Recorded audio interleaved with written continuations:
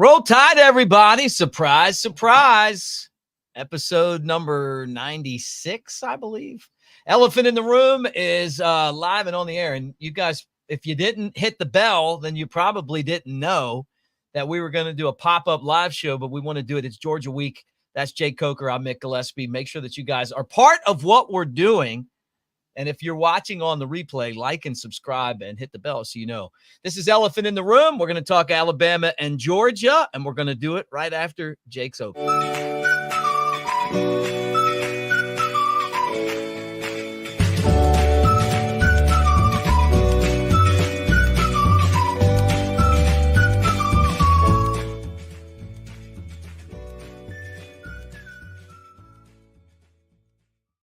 All right. He won a national championship as a quarterback, and I watched it live from the arena in Arizona. That puts us together for Elephant in the Room. Both of us did our part that day. We did. And I had a great time doing it. And I think we've kind of, we know everybody watched what you did. They didn't get to watch me sitting in between. Didn't see you pulling us through. No, they didn't see me sitting between Baron Huber and Mike Johnson and getting pounded. A beating, dude. You don't even know how hard these guys hit when they're excited. Big hands on your back. Yeah, like a bear claw. It is like a bear claw. Have you ever had a bear claw donut before? I don't think I have. They're good. They're good. And but normally it come with a coffee in the morning, when you're getting things going. Dunkin' Donuts. You had your fair share of bear claws, huh? Look at me.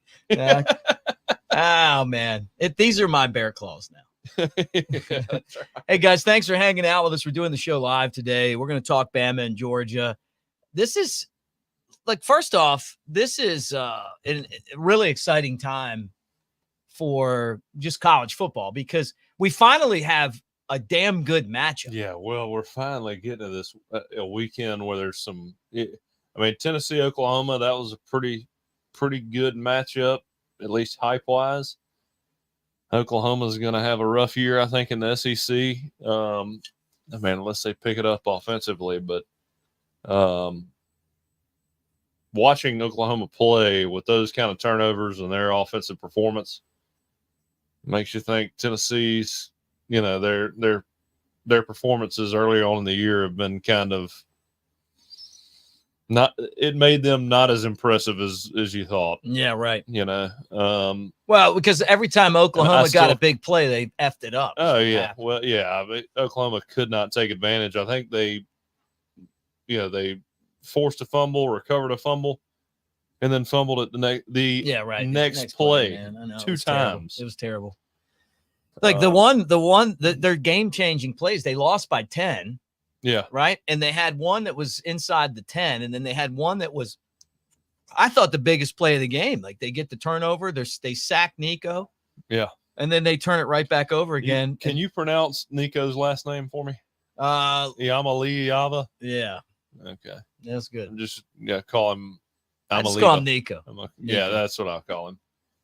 He's good though, man. I like his game. He's very talented. He's just not. He's not experienced in the pocket yet, which is, extremely justifiable. Mm-hmm. His first year starting, but hopefully he's not. Hopefully he's still there when we play him in October. You think because they didn't protect him great? You think? Well, that and he just kind of loose with the football and traffic and didn't seem to feel the pressure. He's one of the best quarterbacks in the SEC, but he's just young and didn't quite feel the pressure and, was loose to the ball, didn't get it out at times. And, he sees the defense well, gets the ball out well when everything works. But when everything's kind of cloudy, he looks like he's a little youthful back there. And, I think in 1-2 years, he's going to be head and shoulders probably the best quarterback in the SEC. But really, for right now, if I had one critique, it'd just be that pocket presence. Mm-hmm. Did you see Morgan Wallen played back-to-back shows at Neyland Stadium Friday and Sunday? Peyton Manning You see that? Decked out in Tennessee gear. I was like, man.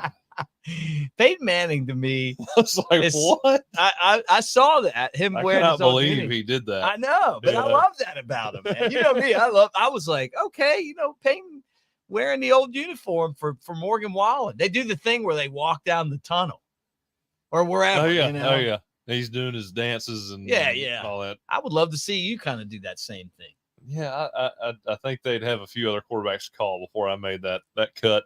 Yeah, well, I mean, but who knows, man? I mean, why not you? Why not you? Everybody else is busy.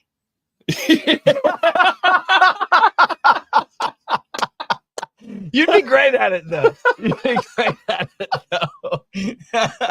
Hey, is this a good time for me to tell everybody to like and subscribe to Cover Crimson? Give us a thumbs up. Hit the bell. Everybody else is.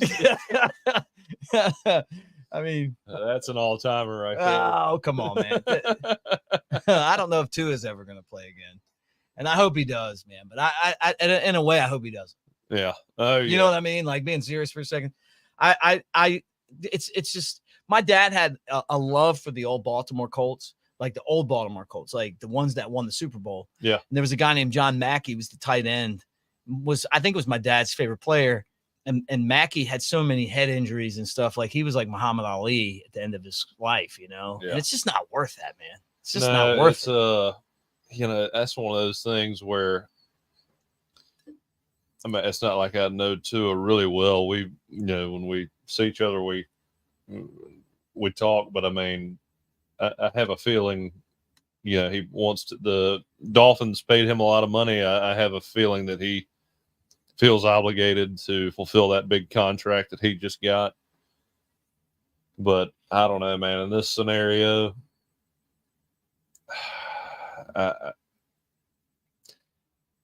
when your kids are 20, 25, I mean, I don't think he has any kids yet, but it'd be tough to know, or the likelihood of being somewhat mentally incapacitated when they're 20 to 25 and you don't really get to engage with your grandkids. Yeah. Would be pretty, that would be pretty devastating to me. I just can't imagine not having that experience and at least that thought lingering in my head.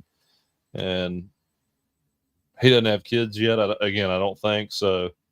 He probably doesn't have that realization yet of how important that is. But again, I mean, it's not up to me. I'm not a medical professional, but well, it's pretty obvious that brain injuries are a serious thing. Yeah. I mean, we know CTE is real. Yeah, it's a real deal. No doubt. Some people are more susceptible than others. Yeah. Well, once you have that first real bad one, it seems like they kind of your brain it's just different. Oh yeah, it's like UFC fighters that get knocked out once. It's like all of a sudden they're getting knocked out all the time. Really?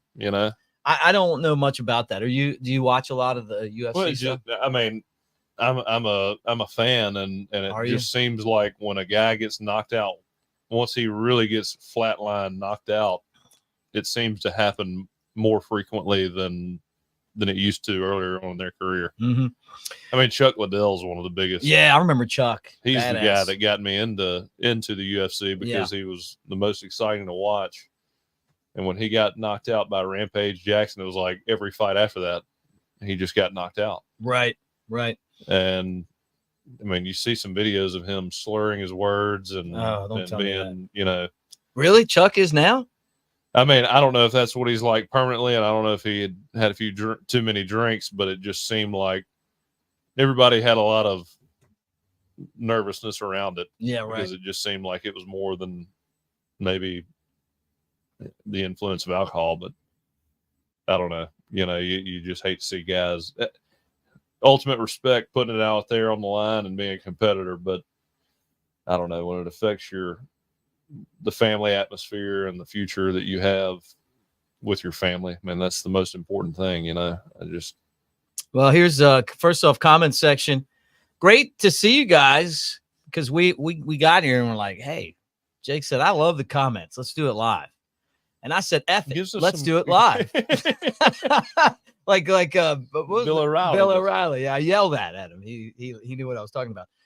But Michael says, "Hey guys, what's up? Jake, you the man." Appreciate it, Michael. And then Mimi and Greg say he's got 2 kids. So I mean that I met his family. I was doing the tailgate show with Jay Barker before COVID.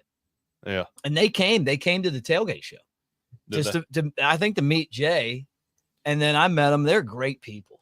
And I used to live in Hawaii, you know that, for a little bit. So I totally get the culture and stuff. So Tua was always one of my favorite players just because of that. I met Tua for the first time. Same Detroit Lions tryout when Lane made that joke about living in Detroit. And anyway, Tua was there and his parents were there, and talked to him a little bit and tried to sell him on Alabama. Which, you did? Which worked. I'll take that credit. Yeah, you did. You're like the Roll Tide Willie to Ryan Williams. You're on fire today, pal. You're on fire. It's because we haven't been in studio together in a long time. You come in, you look sharp. I mean, hey, by the way, guys, Jake finally he's been lying to you. He didn't have a Cover Crimson t-shirt, but he does now.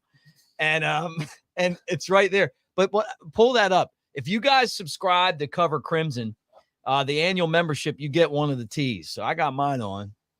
And then, but I stuck a couple koozies over there for you too. Oh yeah, I got yep.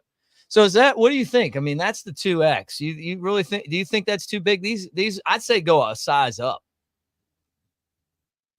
I don't know. It's a little wide for me. It might be more your style, but that'd be like a nightgown. Listen, I've got a large over here. You got to figure out what size fits you. I'll take the double. But they're really comfortable, but they do shrink a little bit. Okay. Look, I'm you're not fat. I'm fat. I'm the fat guy on this team. I'm not denying that. But I still walk 5 miles a day. That's just the walking to cut into my beer habit. Guys, thank you for hanging out with us. And let me remind you of this, that Elephant in the Room is brought to you by mybookie.ag. Use the promo code NEXTROUND to double your initial deposit. That's right. MyBookie will double your initial deposit when you use the code NEXTROUND to kick off the football season with mybookie.ag and double your initial deposit using the promo code NEXTROUND. We want you to be a part of it. Give us a thumbs up as you watch right now. We didn't announce this. We just want to see how many people we can get on here to hang out with us. But look at Bob's here, man. What's up, man? Bob, roll tide. Roll tide to you. All right, let's get it. Let's start talking about this. There's a really big football game in Tuscaloosa this week. It's number 2 Georgia against number 4 Alabama. There's actually an SEC team that is ranked ahead of Georgia and Alabama, which is crazy to think, right? In Texas. But that also shows to me, I feel like it's been an Alabama and Georgia arms race in this conference for a long time. LSU kind of sneaking in every once in a while. But I'm still not going to trust Texas until they do that. Beat Alabama and Georgia on a consistent. Did you see Arch? But obviously, yeah. But did you see Arch? It's going to be tough to take the ball from Arch when Ewers is back. Yeah, I don't think you can. Man, to not put Ewers back in there would be pretty tough. He said he's coming back. When is he supposed to be back? I think like one more game. Yeah. I just don't know, man. Arch is kind of giving me that Tua vibe. I wasn't sure about Arch. I guess last year, and I saw a couple games in high school. I mean, you never know. He's got all the tools, but yeah, the last couple games, some of the throws he's made, a couple of those throws he made last year in that spring game, I saw some of that. That guy, he's got some Peyton in him. There's no doubt about it. Dude, he's got it, man. I mean, he's more athletic. Yeah, and he just has it. And the other part about this too, and you know this, like it's the same thing in baseball.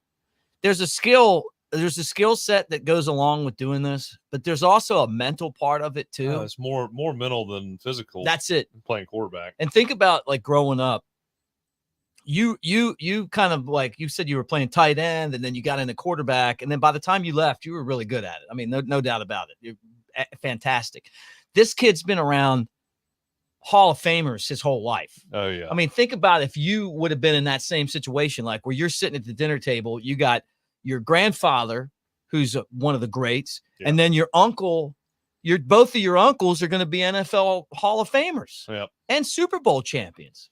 Well, I mean, you got a lot. This kind of like being a coach's son. You know, I mean, you've been taught the game from a base level from the time you were young. You know, it's a lifestyle, and I mean, Eli and Peyton are two of the best quarterbacks ever played. Peyton, to me, is probably the best preparation quarterback to ever live. Him and Tom Brady. I mean, but Peyton Manning to me he's my favorite quarterback I've ever watched. Whoa! And really? Oh yeah. So when you saw him walking with the uniform on for the Morgan Wallen concert on Sunday, that was your guy. That was yesterday. Yeah, that was your guy. I mean, yeah, I saw the highlights, the walk. It was. I like him too. The uniform, you know, that's still one of the ugliest uniforms in college football. Ugliest color. Oh yeah, dude. We're not even there yet. You know when he won me over? It was when he was getting roasted, and the guy told him he looked like he had Down syndrome or something. Did you see that at the roast on the Comedy Central? Have you ever watched those? I've seen some of it. I was like, oh my God. And then he was funny on SNL, and then he's been really funny on the Manning cast. Oh, the Manning cast is the only way I'll watch. I'll watch that tonight. Yeah. I love when Eli broke out and they have celebrities on to pick who's going to score the next touchdown. And I don't know if it was the night Schwarzenegger had the donkey on and they brushed him, kicked him off or whatever, but Eli pulls out a picture of Peyton's head, but the forehead is like this big. the fact that the guy's humble enough to put his old uniform on, and walk down with Morgan Wallen yesterday, and I know there's a lot because he kind of look. I don't even have a. There's. I'm gonna just pull this off the wall. Hold on, because to make this point, right? He looked like that right there. You know what I mean? Like he was wearing a uniform that they put that came out of a box. Well, that was the look back then. Well, the big sleeves and Yeah. But it didn't look like it was like a current uniform. They gave him a helmet to carry too. He put it on. Did you see him? He's wearing the helmet. But I don't know. Peyton to me is if he's playing for the Patriots in that day, I think he may win more Super Bowls than Tom. Oh, that is that might be the most controversial statement that you've ever made on Elephant in the Room. I feel like Peyton Manning was almost self-made in Indianapolis. Yeah. Well, he won one in Denver too. Don't forget that. The guy walked off. Here's the thing. Guys that get picked first are screwed. Yeah, you're effed over. I mean, they're screwed. Yeah. You get put in the worst situation, and I've always said quarterback play like Bryce Young. Yeah, quarterback play is, I mean, it just, I mean, look, you can change it if a truly a bad quarterback is in and he, is bringing the team down. I mean, that's one thing, but that's usually not the case, especially in the NFL. But I mean, it's a translation of how good your team is in most cases, right? Right. I mean, if you got a guy that can get it to the right players, you're going to be okay. But I mean, Peyton Manning, I think, and I know he's got the record for most interceptions his rookie year. Yeah, he does. Which, I don't think NFL quarterbacks get a long enough leash anymore, especially rookies. But then come back and go 13-3 the next year, and then build a Hall of Fame career after that. I just think he carried Indianapolis, through his coaching, his preparation, his leadership. I mean, he made Indianapolis relevant. I think if he comes into a good situation, like with the Patriots and Bill Belichick, I mean, he without a doubt he wins more Super Bowls than he's won. Oh yeah, right. Where he's not having to carry the team. Or yeah, whatever. I mean, the guy's just, to me, he's on a different level of quarterback play. I mean, I thought he was probably physically a little better than Tom Brady, but I mean, I don't know how you beat that guy mentally. He's just unbelievable. And he, again, what guy in Indianapolis during his tenure with the Colts do you look at and say, that guy ran that organization? That guy was right. That guy was him. So influential. I mean, yeah, I feel like he was the guy who made the whole thing roll. Yeah. Jeff Saturday. They had Marvin Harrison. I mean, they had good players. Freeney. I just know as a Ravens fan, we lost some games to those guys. Peyton Manning was tough, man, tough to beat. And I thought that was interesting. Hey, comment section. Thank you, C Bama. Hey, man, thank you so much. First SEC game, Saban Field. Roll Tide right at you. Bama fan. Pups are going down. I hear you. What Ryan wants to know what I think about Trump coming to Bryant-Denny. I'll answer that. I think it's great. Look, I mean, I don't care if both of them came there. They could debate at halftime and it wouldn't matter to me. Bring all the attention to Alabama that we can get. Make it the centerpiece of college football, because this is the biggest game that we've had this year. I was reading C Bama's comment, trying to figure out what he was saying. Yeah, there. I don't know either. I just threw it up there. And then Did you figure it out? Bama fan just said, "What's up, Mick and Jay?" So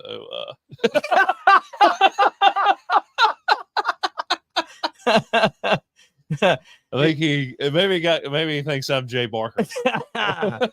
But Jay and I used to do a show. I don't even hear from Jay. If anybody talks to Jay, tell him, give me a shout, man. I love Jay Barker. He's a great dude, like just great guy, man. Salt of the earth type guy, by the way. But you guys want any? Yeah, to Ryan, you're responding to Ryan Flanagan. Yeah, you go ahead. I mean, I'm going to make that short and sweet. I'm not going to make this political, but glad Trump's coming. Yeah, I mean, I don't have any problem with that. Will, you make my point for me.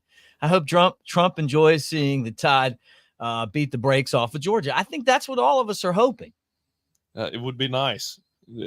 Keep the trend going, at least. Hey, look, if Alabama and DeBoer beat Georgia, Georgia's got problems, man. And when you start to look at this matchup, it really is. Bama's got a very good defense. Georgia's got a very, very good defense. Georgia's offense they're not going to turn the ball over, which has always been a signature of Nick Saban teams and all that. But there's nothing really that flashes. They don't have Brock Bowers. They don't have Ladd McConkey. They're not going to make mistakes. Bama's offense has the potential to gash them, but they've only given up one play of 20 yards or more. I mean, Alabama, again, my only criticism of Alabama right now, and it's not even really a criticism, it's just it's a familiarity deal with Jalen and those receivers. Mm-hmm. And the receivers, I think the receivers are just a little youthful. They're not quite where they need to be just yet. And to me, that's not me putting them down. It's just they haven't played enough together. And when I watched that Wisconsin game, first quarter, I mean, we hit the inside fade to Ryan Williams. We ran that against South Florida, couldn't connect on it. Showed some improvement there. Thought it was great. Then there were some miscommunications between what's his name? I can't remember. Bernard? No. Law? No, it wasn't Law either. It was this guy we hadn't heard from too much. I can't remember his name. Prentice? No. I think it was number. I don't know. I'll think of it. I'll think of his name in just a second. All right. But some miscommunications there led to us punting and not scoring touchdowns. But it wasn't Ryan Williams. No, it was not Ryan. But just some miscommunication there, and we didn't capitalize on a few drives in the first half. But then the second half, you got that throw to Jeremy Bernard. I mean, great timing, great anticipation. Yeah. Shows me that Jalen really – it's one of those throws and successes in a game where you throw it before he comes out of his break. It's a post corner. Again, not a whole lot to read there. You kind of know what you got before the snap. But shows me that, against it, he keeps it high. Jalen throws it before he breaks high, right where Jeremy knows he needs to go. They're on the same page there. Shows me that they're kind of starting to understand. They're really understanding now. Mm-hmm. I had a Georgia fan tell me, and he was serious. He said Milroe has improved a lot since last year. Do you see that? I was like, I was kind of like, I don't know. I think he's more confident. He's more confident, right? I think he's more confident this year. But I don't know. But I mean, I feel like we've always seen those flashes. I mean, well, the guy's a winner. The people can say what they want to say about him. And I know this is a debate, and I get Twitter every once in a while. You guys hit me up. Why are you? Da? Look, he's a winner. Yeah. And I mean, like, you cannot take that away from him. Yep. He's our guy. He's an Alabama guy through and through. Has helped us through this transition. Maybe more effective through this transition than anyone else. Yeah, right. To be honest with you. Is this? Do you really mean this, or are you just trying to get him to give you that row back gear? A little bit of both. Okay, guys, you can get Roback using our promo code. We'll give it to you right now. Room 20. Yeah, I need to check into his other NIL deals too. He's got a few of them, right? I Room 20. Guys, I'll find out if he's corrupt, and I'll let y'all. Oh man. No, but Room 20. Yeah. No, I just the only thing that makes me nervous is knowing what Kirby's going to do in this game. Bring a lot of different pressures. This defense has been together a lot longer. Or this coaching staff obviously has built a lot more continuity in South Florida. South Florida brought a lot of different looks. Well, and you know what? Hold your thought. That was something that they talked about a lot in today's press conference. The fact that these guys have been together for a long time, coaching wise, the continuity. So pick it back up. Yeah, and I mean, South Florida played Miami pretty well there. I mean, looked solid in the first half. Yeah, it was. And then Miami broke one off. Figured it out. Yeah, broke one off. Miami figured it out. And it was ugly. But again, Alabama, we also, when you see our true starting offensive line in there, I'm with you. Wisconsin, I mean, it was a completely different unit. Mm-hmm. Got movement, push guys around. Yeah, I mean, it was. I hear you. And then Jalen's got time to throw now. Wisconsin, they didn't throw the kitchen sink defensively at us. Didn't throw the kitchen sink at us defensively like South Florida did, but better players and Jalen just figured out a way. Mick has left me, so I'm just here to ramble now. Any questions? Don't worry about that. We'll be totally inside Kirby's head after this one. If we beat Georgia this time, I think that'll be what Coach Smart will be. 2-4 against Alabama, 2-4 or 1-4. We have dominated Georgia, even through the transition. Alabama, as I was telling Mick last show we did, I mean, Georgia still has not created the dynasty that everybody believes. I mean, Alabama still isn't unseated yet, in my opinion. Okay. Or at least Georgia hadn't reached the level that Alabama was at during Coach Saban's prime. I'm with you, man. I'm 1-6 if Kirby loses again. I think there's a lot of pressure there. I mean, that's insane for them to have that level of success and still maintain a 1-6 record against us. It's kind of crazy. because he's won since he became the head coach at Georgia. How many national championships has he won at Georgia since he left, and how many did Coach Saban win after he left? Yeah, that's probably. Well, he's won 2. I know he's won 2. So he left after you guys, right? Left? So 2015, so 2. We've won 2 Yeah, as well, Mhm. and yet they're 1-6 against us. Yeah, well, if we win, if we don't lose Jameson Williams, they don't even beat us. Yeah, I'm with I think you, we win that game too. And I'll say this: Clint Lamb made a great point. He's exactly right. And you guys probably know this from Cover Crimson, and watching Clint. Clint's awesome dude, really smart football guy. He said if DeBoer beats Kirby, all of a sudden it's not a Nick Saban problem. It's an Alabama problem. And Clint's exactly right. Like, you can't argue with a Nick Saban problem. Shit, everybody's had one. Yeah. I mean, Tennessee has won one of the last, 16, 17. Yeah. Arkansas never beat them. Auburn's had the most success, and they've lost 4 in a row. And I don't know what they might have beaten him 4 times. You know what I'm saying? Like, so it wasn't like anybody really had like consistent winning against them. So if you're Kirby, you're like, hey, you know what? I mean, the guy's, he's like, he's still the master Jedi, yeah. But if that becomes an Alabama problem, if DeBoer beats him.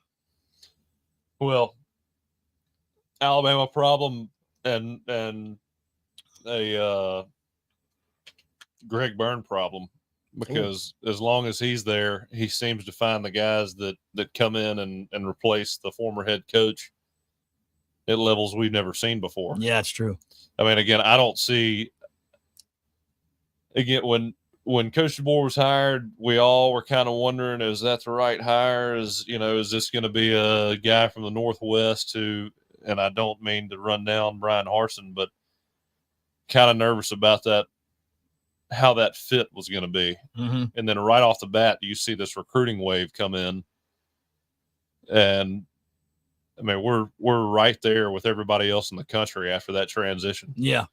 And not only that, but you could just feel the energy and momentum that he was building, and he's done everything he can to market our program and keep it relevant and keep it in the spotlight. And somehow he does that with a level of calm and just, I guess, tranquility, where he pulls it off, and everybody loves playing for him. He's honest. He's transparent. He's the kind of guy that I think everybody can see themselves playing for. Right. And DeBoer. And he makes that so obvious by being himself, And you hear that from everybody that works for him. Oh, yeah. I mean, when I was at the field dedication for Coach Saban, I won't mention any names, but everybody I talked to is like, man, I hope we win. I hope he wins and he is here for a long time, because this has been, I could not have asked for a better transition than this. Really? Everybody said the same thing. Love him. I mean, he's like just a genuine good guy. Mm-hmm.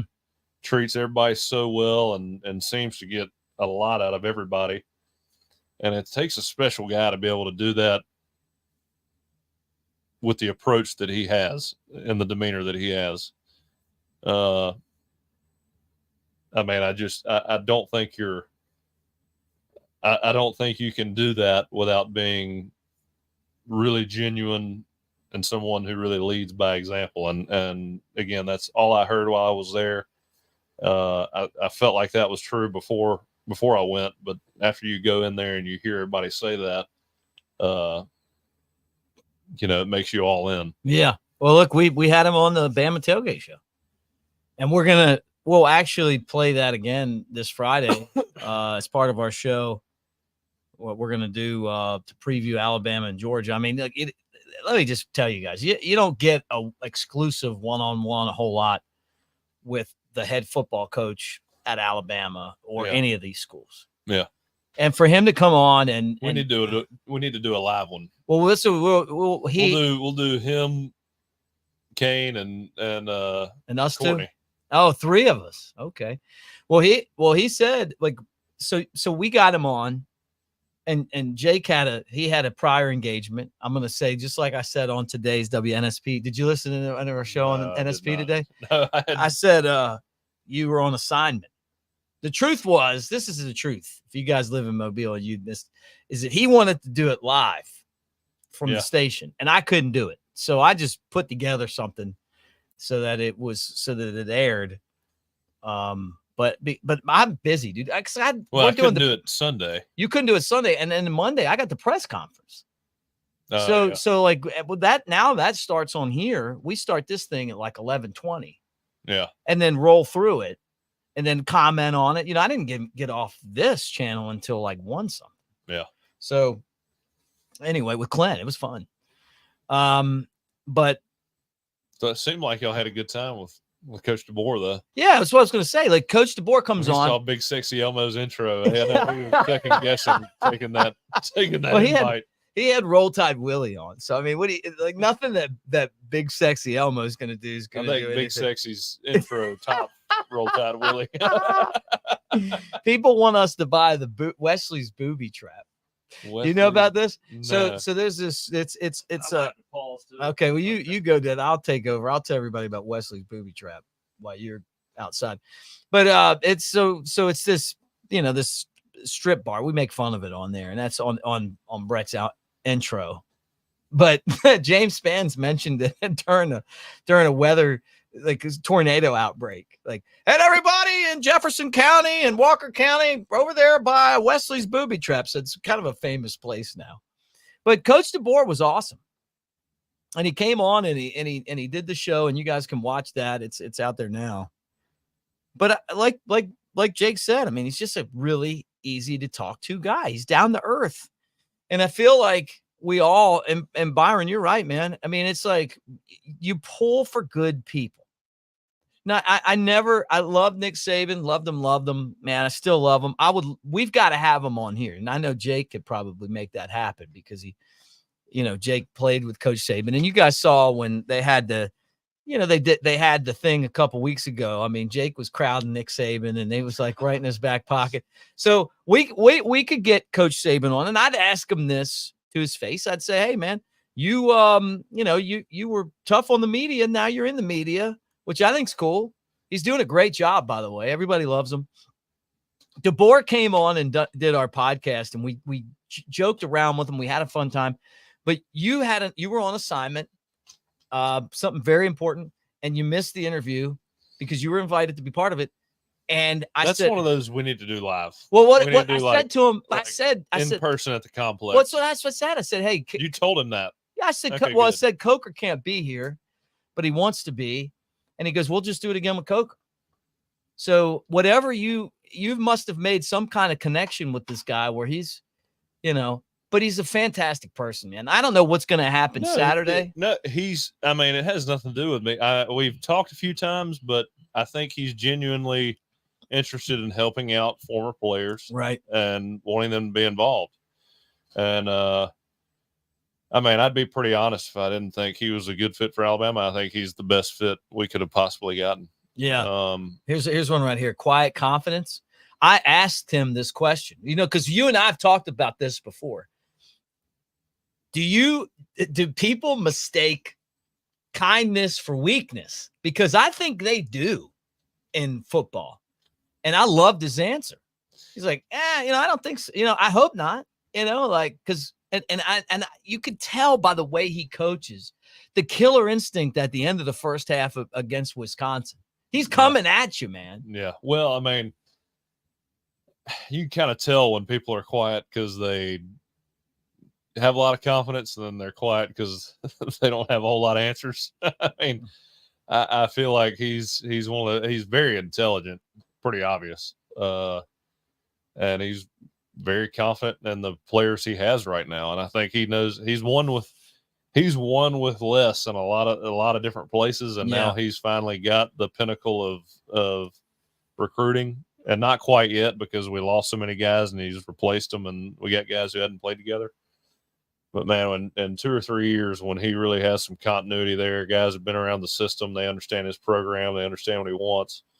it's going to be dangerous. I mean, it's kind of like to me, he's like that ripped dude that's really quiet in a bar. You don't want to maybe has a little cauliflower ear. You don't want to mess with that guy. He's got Chuck Liddell's ears. Look at this comment from Dickie here. Coach was very impressed with Jake's throw at the mullet toss. So we start before we went on. You know, you're like, hey, I said, hey, I met you at the mullet toss. Yeah. And he's like thinking about it. And he's like, oh yeah, like, you know, once he kind of like it, once it registered. Oh yeah. You know, we were hanging out. He's such a nice guy, man. Oh yeah, him and Nate Oates. Nate's athletic biggest sporting event he'd ever been to. That was one fresh off the Final Four, and he's never seen anything like it. Of know. course, I'm sure he's never seen anything like that. No. But you come to this state, and you start to get in our world. You know what I mean? Yeah. Like that was them getting into our world. Yeah. Like we do our show from down there. It was like you said it when we were down there at the Old River Grill. It's like it was like a home game. No, yeah. It was like Bush. I saw. Was it Ryan that got? He got one of those bushwhackers. It's just so funny. Ryan's coming to Nashville, right? Yeah, he's coming to Nashville. Yeah, so this is the game plan, Skip. Thank you for asking. We are coming to Nashville for the Vandy game, and we're going to put this out here in the next couple of days. We're going to be at a place called Live Oak Music Row. We're going to record the tailgate show Friday from 1 to 4. So come and hang out with us, man. We got a big group of people coming. We're going to invite a bunch of our friends, and Ryan's coming. You're coming. You're going to be there. Trump is a gump. You love the comment section. Like being the fact that we never do the show live, you don't get a chance to like interact with the audience. I know. I love it. Yeah. So anyway, yeah, come by and hang out with us. White dudes for Harris HQ in Athens, Georgia. All right. Enough. You guys, you're talking all this politics, and they're trying to get us going. Yeah, man. do not do it. Do not do it. We're gonna go down a road you don't want to go down. I'm crimson and white, man. Okay, I'm crimson and I'm Bama. Over what's the George's? What's George's colors? Black. I know I was at the blackout.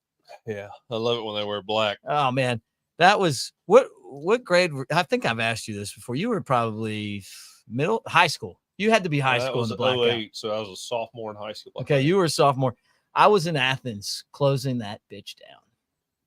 And it was one of the greatest nights of my life. Oh, I bet. It was amazing. I'm just going to tell you right now, I have a respect. My family says that's the worst place to go to as an Alabama fan playing Georgia pregame. Just getting barked at the whole time, you know. I mean, people just ruthless. We get you right in there on the bus. More middle fingers than you'll ever see riding through Georgia in the Alabama bus. Yeah. Well, there in LSU. Yeah, I had a great time. You know, when Julio caught that pass at the end of the first half, and I knew we were going to win. Oh, it was amazing. Watching that place clear out was awesome. Whatever the bar is, any of you guys that are like Athens people, I forget what it was called, but it had like a copper, the top of the bar inside, if not the copper top like in Tuscaloosa, but it was a bar, and the bar was made out of copper. Yeah. And it was awesome. Well, I went in there. Skip Powers, my buddy who worked for Alabama at the time as one of the sports information guys, the two of us went, and we still talk about that. Like it's got to be top 5, top 10, probably the top visit to a city for a team that Alabama's playing over had. And then one of the top 10 nights of my life. It was so much fun, man. Like, and the Georgia fans were actually pretty cool. Like once we won, we got invited to a bunch of parties. Like the bar shut down and people were like, hey, you guys we seem like we fit in pretty good there. Yeah. And they were great to us, but no, that was Alabama's coming out party, man. Like that was when that's when you realized we had a chance. Yeah. No. And the touchdown that John Parker threw to Julio was like dude. That was like the iconic play for that year. I feel like. Well, it was the Daniel Moore print. Yeah, I mean that was the play that was like, all right, Bama's here. Talking about John Parker in Georgia. The next time that Alabama played Georgia, John Parker gave me his ticket to the game. Oh, yeah. You know this. Yeah. There's a lot more to that story. It is. Because he tried to take it back from me. Thanks, John Parker. I saw John Parker last week. Did you? Yeah. Yeah, thanks, buddy. He didn't get it back, though, did he? Hell no. John, JP, once you gave me that ticket, it was in my pocket. No refunds. No refunds. Nick ain't handing out refunds. Nope. But he gave us all tickets. Some of Mike Johnson's buddies. Dome. Somebody said which coach has more pressure to win? Without a doubt, Kirby. Yeah, in my opinion. Yeah. Good. That's a great question. Let me put. Again, you can't. 1-6 against Alabama. New coach. You lost to him last year in the SEC championship. Kirby, as of right now, today, is the best coach in college football. There's no doubt about it. And he was one of the best coaches I've ever been around. But, again, there is that Alabama shadow. You're 1-6 against Alabama. There is that shadow that's cast over you. You also got to think now, it's tough to beat a team twice. I don't care who you're playing, as long as they're pretty evenly matched. If we lose, we win this game and play them in the SEC championship. It's always tough to beat that team twice. Yeah, that worries me about this one. Yeah, but I'm with you. Clint kind of gave the breakdown. Yeah, I got you. Give me that right there. It's like Clint said. I'm going back to Clint. He said, if you are Georgia and you lose this game, you don't have a Nick Saban problem. You have an Alabama problem, and that's a bigger problem to me. Yeah. But Coach DeBoer isn't walking into the situation he's walking into without Coach Saban at the same time. Yeah. We discussed that before the show, but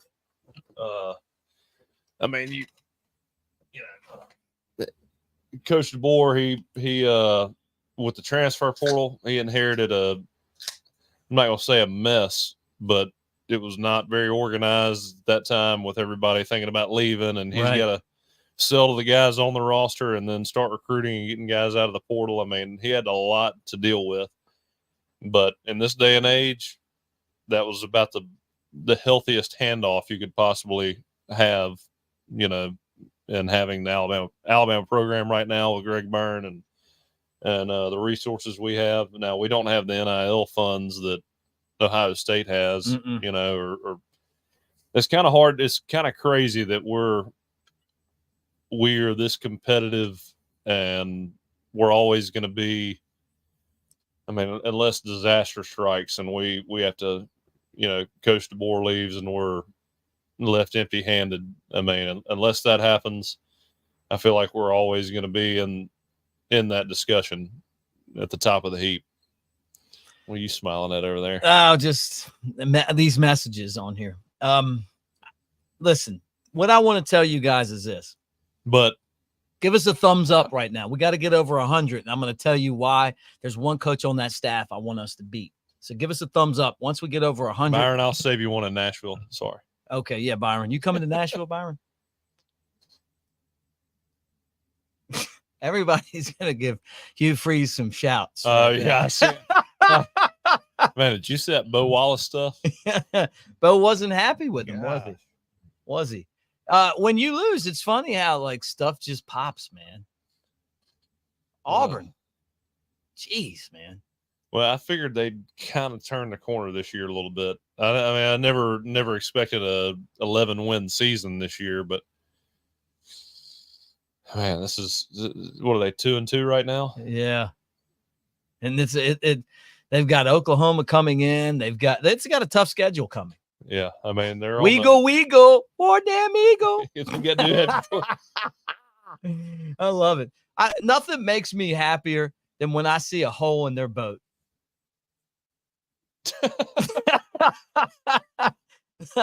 Ryan wants to know, do UGA fans hate Bama? I feel like this, okay, Ryan. I feel like this matchup is one that's it's a lot more respect than our rivalry with Auburn. Look, man, I feel like because Georgia's feeling like little brother. They feel like we got to give them the noogies. Yeah, they do. They feel like even the national championship they won. Yeah, everything fell in place. Even they know.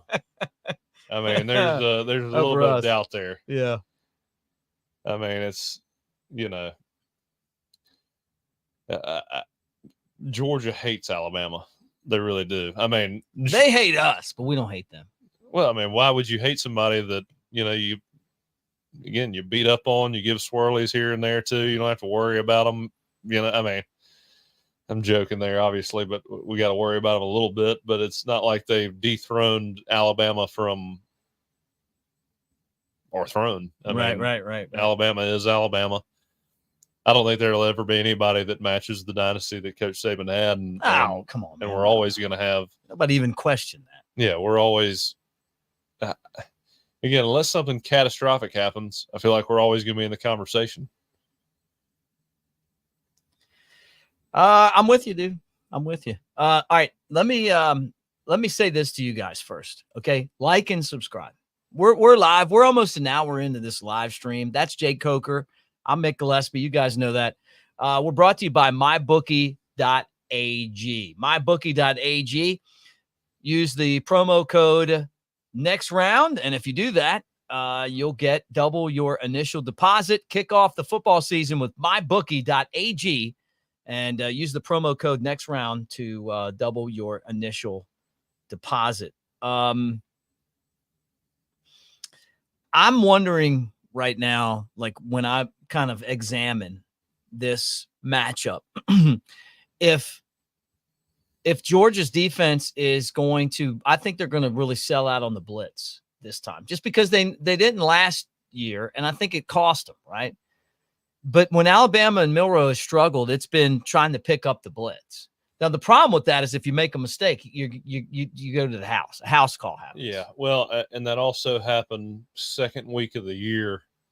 And, I mean, we weren't picking up things that we should have picked up. Had enough.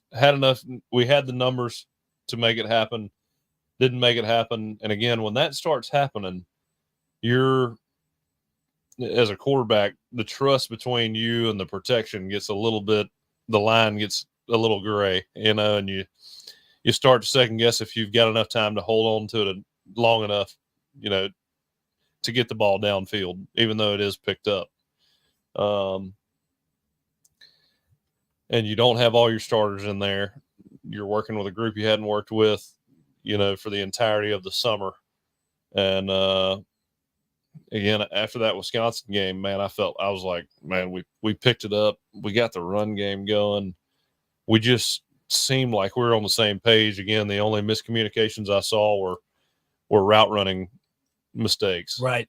And somebody on there said that the secondary is young. I agree with that too. I mean, again, I feel like this, the secondary and the receivers, if they can figure it out and get on the same page, those are the only two, and I'm not going to call them weak spots because we're a damn good team. It's just if we get to that point where we're elite at all position groups, like we have been in the past, and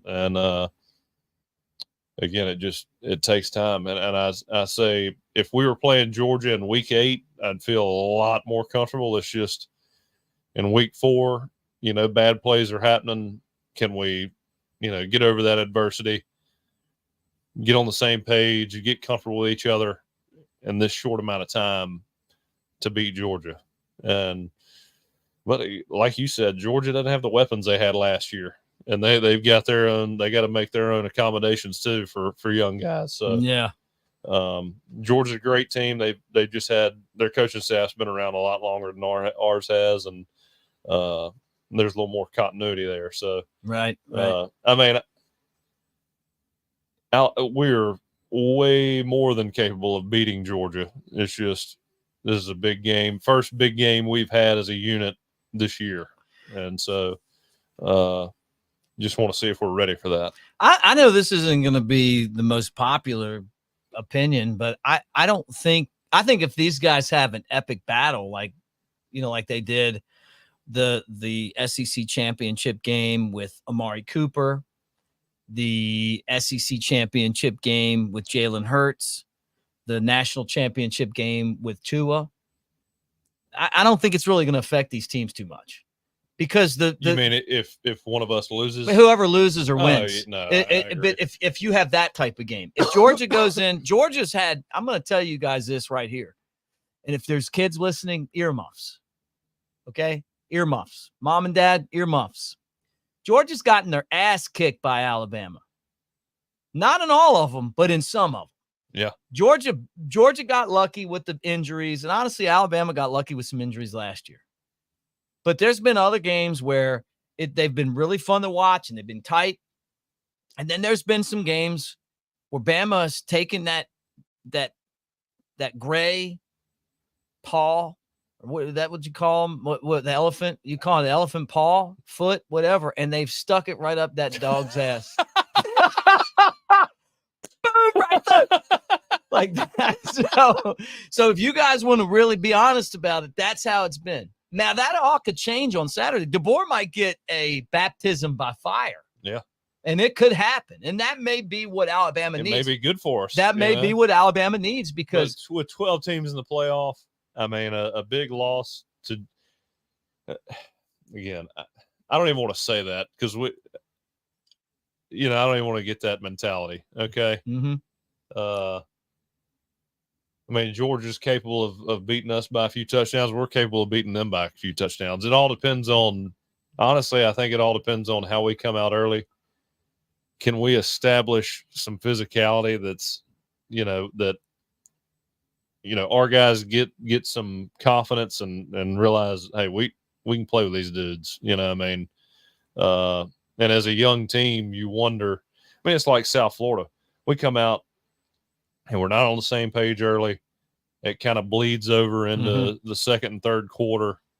I mean, guys just can't figure it out. And then finally we get some positive plays, and then we start running through them.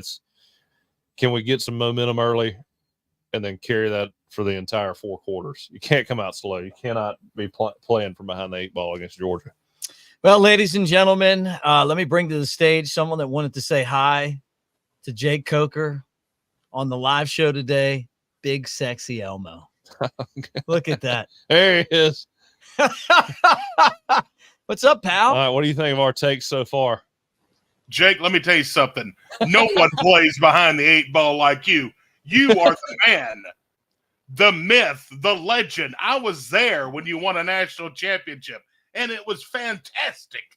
You gave me so much joy in my life watching you play this game of football. But, yeah, come on. It's a new year. Let me ask you this, and I asked Mick this. What kind of distraction is it to have College Game Day in? You're going to have a former president in, and Mick may have already talked about this. I don't know. What kind of distraction is that to you guys? Now, of course, you were under Saban, but how do you? Are you looking to see how DeBoer handles this?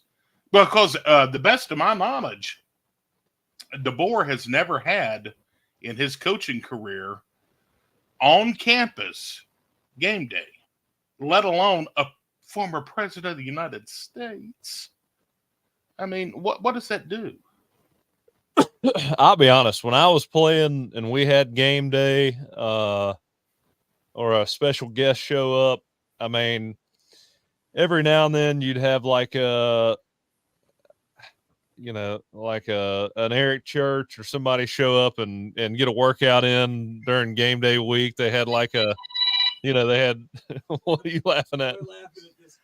We're laughing at this comment by Skip. He said he's trying to make me laugh, and he said, keep Boer away from the booby trap. We don't need Mike Price 2.0. Hey, look, Jake, look, I know you've made your money in your life. if you will invest with me, the booby trap is for sale for $140,000. I mean, if you would just buy it and let me manage it, I would make you a fortune. I would make you a complete fortune. Back to the question. Anyway, if go we ahead. weren't having this conversation on air, I'd have a punchline for that. No, bring it. I want you to bring it. Oh no, you wouldn't be. You wouldn't be the target. Trust me. You wouldn't either. Oh, okay. I've been the target of a lot of your assaults. Although you missed the beginning of the show, Brett. You should have seen it. I got some good zingers in on Jake. Then he kind of leveled me out a little bit.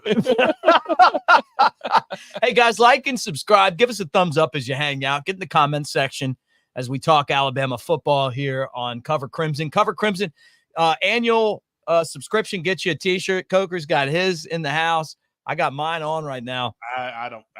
We've got some koozies. No, but to get to your question, I mean, I never felt like game day was a distraction. I never felt like anything. Honestly, it was just when you were so dialed into the schedule you had, and all, I mean, it was one thing after the other with Coach Saban that I mean, it was exciting because there was more energy around the campus that week. And I'd say if anything, it got you more dialed in just because you knew there was a lot of weight within that week. And so I never felt distracted by a game day or people showing up or anything like that. I mean, if anything, it was motivation to be more focused on that game. But hell, once you're in the game and you get popped a few times, it really doesn't matter who's there anymore. I mean, it's like, it's like, you just get, it's like, all right, this is football. You kind of just separate everything from what's right in front of you. And, I mean, it's not that complicated. It's football. And hopefully you get to enjoy the win afterwards. Where in the hell is Mike Price now? I don't know where Mike is. He still alive? I don't know. I'm asking you guys. You're the you ask Coker the next question. I'm going to look up Mike Price. I thought he was at like UTSA or something like that. I thought he was at he was at UTEP for a while. That's right. Yeah, he was at UTEP for a while, but then he disappeared. I don't know. He's retired now. Is he retired? Yep. Yeah, he's rolling, baby, roll. Well, let me say this about Mike Price. I want to say this about him is when he came into Boo Radley's when I was bartending, and he is still alive. He's 78 years old. Good for him. He's a hell of a tipper. And he bought the bar around the drinks and stuff. He was a really fun guy. Yeah, I know. I'm old, but I was there. I was just how old? Look, Jake. Look, Jake. We've got the old guy with us here. Man, you're the young guys.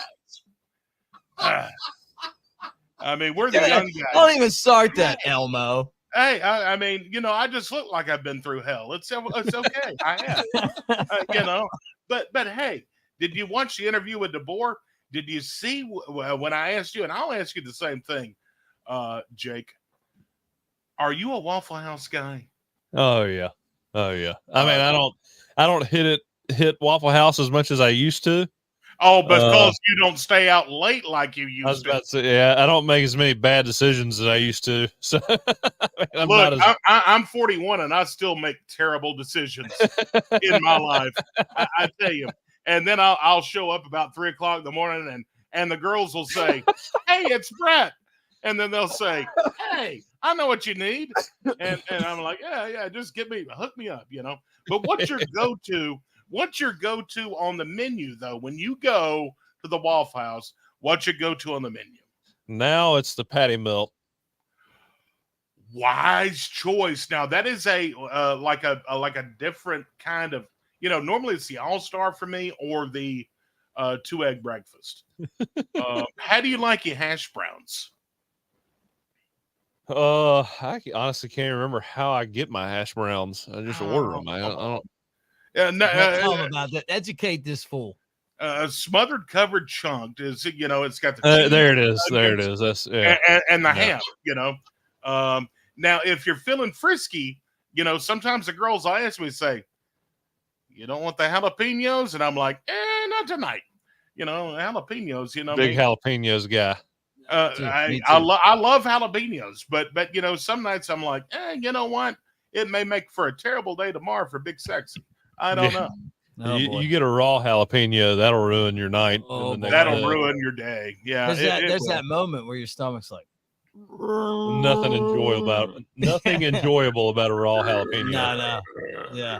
And it's coming. Yeah. Thank you. Look, Jake, I'm looking forward to seeing you in Nashville. It's going to be the best thing in the world. That's finally it's my wife's. It used to be my wife's favorite place to go. She loves going to Nashville, so she's coming along with us for that trip. Really? No, I get to meet Miss Coker. We'll try to get. I think so. Ryan's coming. I'm gonna try to get Preston Dial to show up. Yeah, come on. It'd be fun, man. I mean, this is what road games are all about. Take off work on Friday, come up to Live Oak, hang out with us. I got a bunch of friends coming too, and let's just have a kind of like our own little Alabama party. I mean, I don't have any friends, so it'll be. What about me, pal? Besides you, okay. and Coach DeBoer. What about Jake? Jake's my friend too. He just doesn't know it yet. Once we meet in person, he's gonna love me. I think Jake's afraid of me. Hey, one of the best things I saw was Coach DeBoer reacting to that intro video that you got going on. I mean, what do you think he's gonna? I mean, it's like you hit him hard with it, It's like, oh man, you're getting the full effect right here. It's crazy. Well, the funniest thing was when Mick goes, "All right, so Brett's going to join us and ask a few questions," and he had that, that just shit-eating grin all the while. He hit the like, surprise, coach. I got you. You're gonna have to watch this. We are locked in with Coach now. I mean, I think we're going to have breakfast one day at Waffle House. That's my next goal. Oh, that would be great. That's what we all do is a show. All of us go to Waffle House, and I think it would be a great show. Yeah, it'll be like Todd's Taste of the Town. Yeah, but better. Brett's breakfast. Yeah, Brett just ordering for us. Brett's all-star breakfast. I was shocked when Brett told me that raisin toast was too healthy for him. Who in the hell eats raisin toast? Good God. Hey, I love it. I actually do get it. I do get it. You get it. Of course you do. Look at you. You got to put regular the butter on there. Yeah, look at you. You got the tight shirt on and you're all muscular and everything, and here I am. I'm like, what the hell is more unhealthy than raisin toast with butter on it? I don't know. What kind of maybe I need to try it. Maybe I need to try it. No, I get the regular toast, and I'm like, okay. What do you get? Pancakes and cinnamon rolls? Yeah. That's actually a pretty good breakfast. No. They when I ask for bacon, they look at me and they go, double bacon? And I'm like, yeah, probably so, yeah.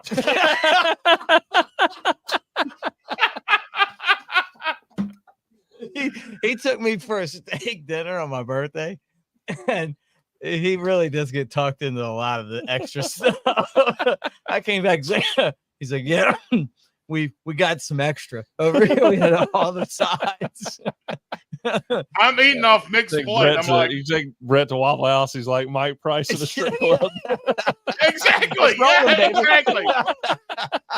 Exactly. That's the thing. I'm in my fun house there. I'm like, oh, y'all even have a jukebox. I can play the Waffle House song. And then I don't know who else is enjoying this. I don't care. This is killing me. Look, right you got a jukebox. And you know what the crazy thing is? I think Skip's the only one left. It's like, we're out of here. Look, the thing is, this is where I get fired from Cover Crimson. I'm going to be successfully going to fire you guys. But let me tell you something. Go to the Waffle House on a Sunday morning and have like regular breakfast like a normal person, like at 8:00. and then someone sneaks over and plays a jukebox, and it's still set to the Saturday night crowd, and it comes on really loud. It's like Sweet Home Alabama, louder than hell. And you're like, oh my God, it's still set to the volume for Saturday night, the 3 a.m. crowd. Mm-hmm. But I'm a Waffle House guy. Little Debbie guy. I know that's a surprise to you guys. But Coach was really good. I mean, Yeah, check it out. We talked to him. Hey, we used Coker to get him, and then he wasn't even there. Hey, so what y'all said? Jay gonna send me. Hey, you want to talk to Coker? Sorry, he's coughing.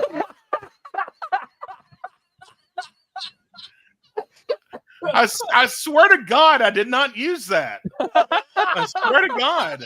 Oh, please. Please, you're killing I me. said it was Jay Barker, not you. Skip's enjoying this. I said it was Jay Barker by mistake. It wasn't you. And I was like, Jay's going to be on the show with me. And I thought, no, his name's Jake. Whatever. One of the former quarterbacks. He'll be all right. Coach is coming back on with us again, but he said you got to be here next time. Yeah, we're doing it live next time.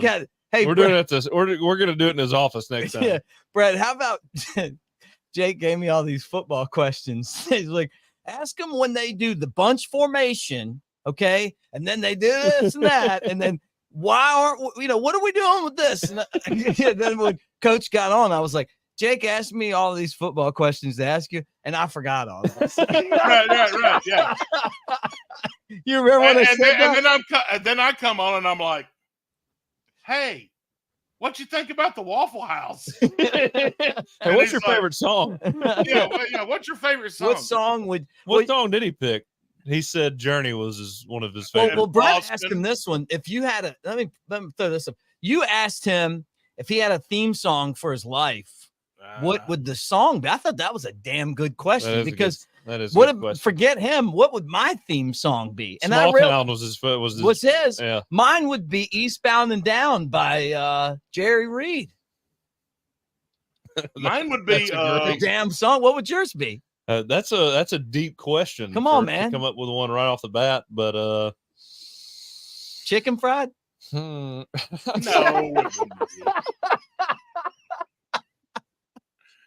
That is one of my favorites. It's a great song. God, what would Jake Coker's theme song be? He's got to think this up, man. I'd like to say there's an Eric Church song out there, but I got to think. You guys in the comment section, what would if you had a theme song about your life, what would it be? I just want to see what your responses are. Mine's Born to Lose by Ray Charles. Born to lose. I love Ray. I saw Ray Charles. Oh, come on, Brett. Oh no, that wouldn't be mine. I don't know what mine would be. I already have a theme. I thought it would be like Big Pimpin'. Remember that one? Yeah. Big Pimpin', spin cheese. Mix would be Wasn't Me. I have a story about that song, and I can't tell it on this show. Oh, stop it. Everybody, I don't like the direction of this. No. Look, Shaggy back in the day. I don't like where we're going with this. All right, Brett, you better get your call. No, I don't either. All right, Brett, it was great talking to you, buddy. You got some calls to handle. They're probably watching it saying, "Don't tell that story." Guys, oh God, great hanging out with you guys. Hey, good to see you, brother. I love you, man. Thanks for coming on.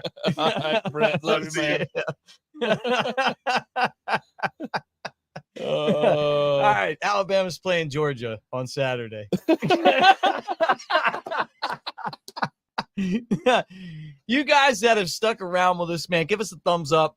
Even if you didn't like that segment, just do it for. So because I mean, I'm not ready to leave yet, so I'm ready to talk some more football. Yeah, that dude is so funny to me, man. Like he just has the same sense of humor as me. That intro with Coach DeBoer watching is one of the funniest things I've seen. He's just sitting there like, what the hell have I signed up for? Yeah, right. And what the hell is Jake affiliated with? Yeah, right. What is going on here? at least I said to him, you'd be on next time. All right. No, next time we'll have to go see him in Tuscaloosa. And make we will.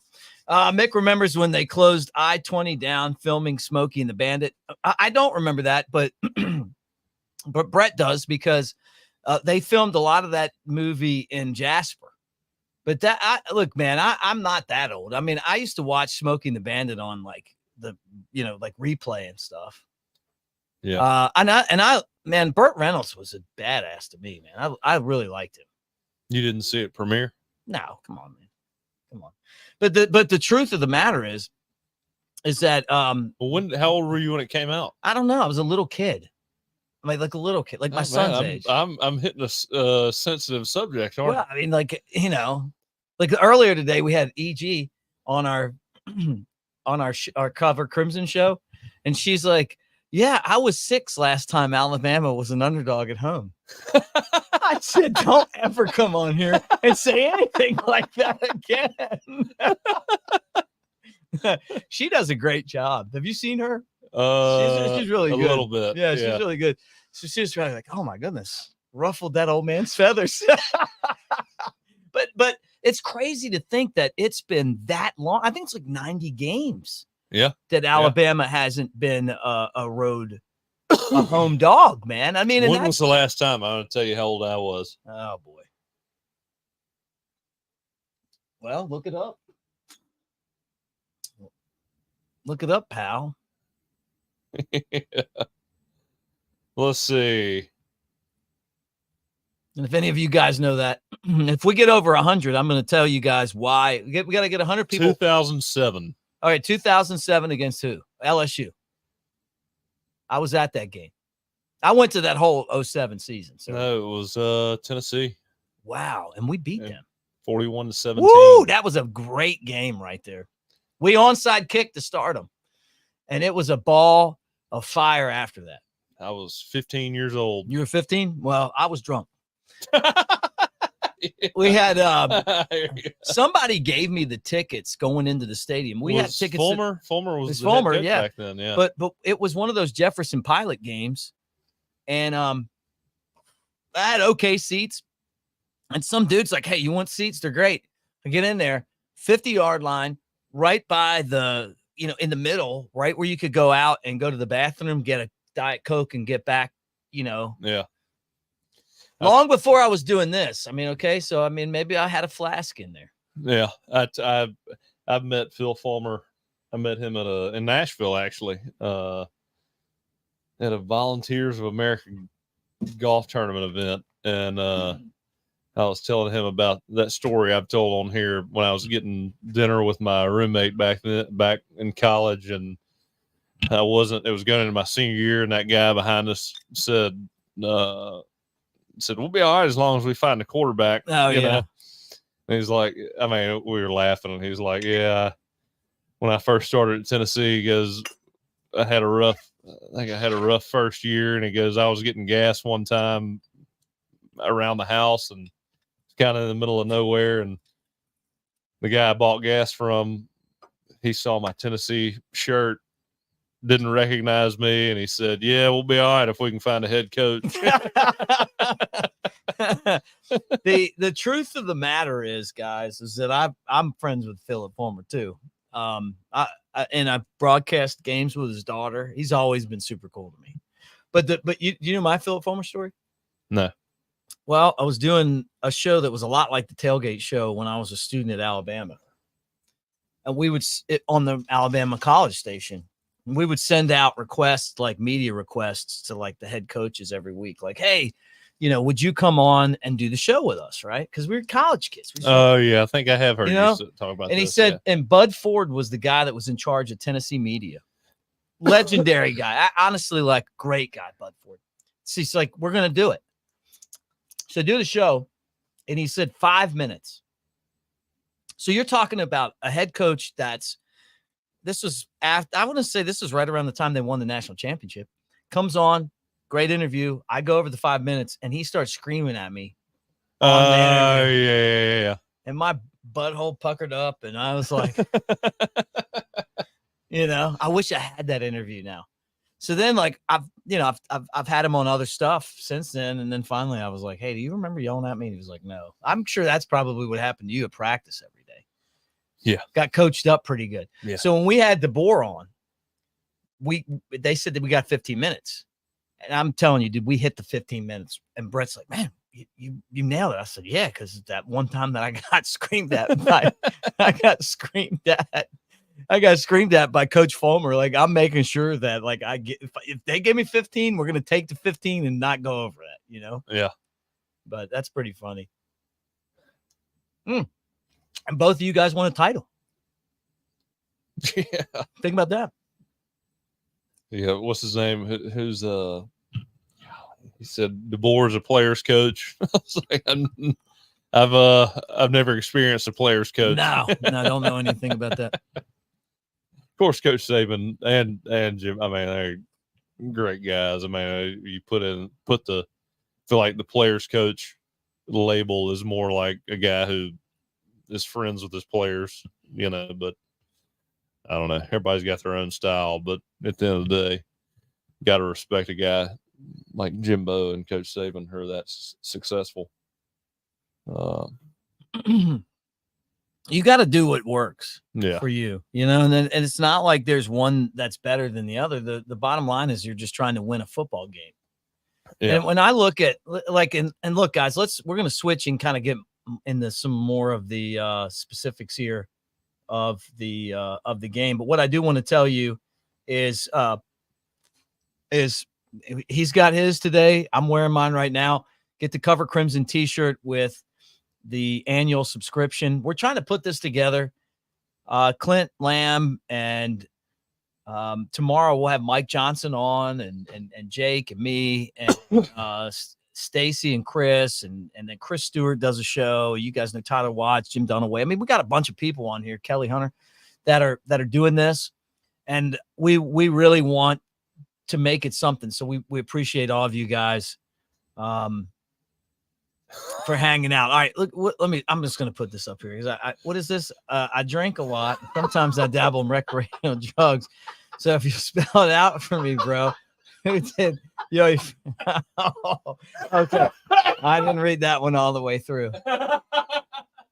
I think one day they're going to do like a made for Hollywood movie about Joey Freshwater. Oh. When you talk SEC, oh, look at that. Steven's like, hey, that was awesome timing. When you talk SEC right now, though, this conference, because of the NIL money and the amount of money that some of these schools are paying to have teams, it's gotten really interesting. Yeah. Because you don't have to be as good recruiting. You just go out and buy a team. I think it's also affecting the quality of football. I mean, you watch these first 4 games, the first 4 weeks, and you don't see a team where you're like, they're head and shoulders a better team than anybody else. Mm-hmm. I mean, it's like I still hadn't seen a team yet where I'm like, man, that team is disciplined. They're well put together. They've been together. They communicate well. They execute, at a far higher clip than any other team I've seen. I mean, I'm not seeing that. And I think it's a product of guys not being around each other for a long period of time, a couple of years, 2-3 years, to really learn how to play together. I mean, I think it's kind of becoming an epidemic everywhere, even in high school football. I mean, kids transfer. I've seen a few high school games this year, and I mean, you don't see kids playing good football like you used to, and Sure, there may be more talent on the field, but it's not like it used to be where you had guys who, again, played together for a while and understand, how the pieces fit together and how to play solid offense, solid defense, know the systems they're working within. I mean, I just feel like it's kind of at some point pieced together for the guys they have right now, may have a new team next year. And it's just hard to build solid teams with a good culture in this atmosphere. And we all knew it was coming, but yeah, you're just kind of finally seeing that. Like and subscribe. Give us a thumbs up. Thanks for hanging out with us here on Elephant in the Room on covercrimson.com. Levi jumps in. He says, do y'all have a prediction yet? I don't know. I'm really, This is just one of those games to me that could swing in so many different directions. yeah. Officiating's going to be a big part of it.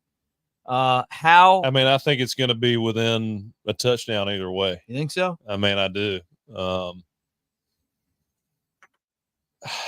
just hope that they don't start running over us. You know what I mean? I don't think that's going to happen. Where they get the lead and then they kind of just start picking us apart. And then at the end of the game, they're doing what we used to do to everybody. They're just bulldozing us. Yeah. I mean, again, I think if we're playing them week 10, it's a lot different than this week. I still don't think we're there yet. I mean, we showed a lot of flashes of really high potential against Wisconsin. It was very promising. But I don't know any first-year coach. I don't care if it's coach. I don't care who it is. You're at a deficit when you're playing against a guy who's been at his school and at the top of college football for a few years. And I say at the top of college football, I know, again, he's 1-6 against Alabama, but he is Kirby Smart, and he's, as of right now, the best coach in football based on, his situation. Yeah, obviously he's one of the best no matter what situation he's in. But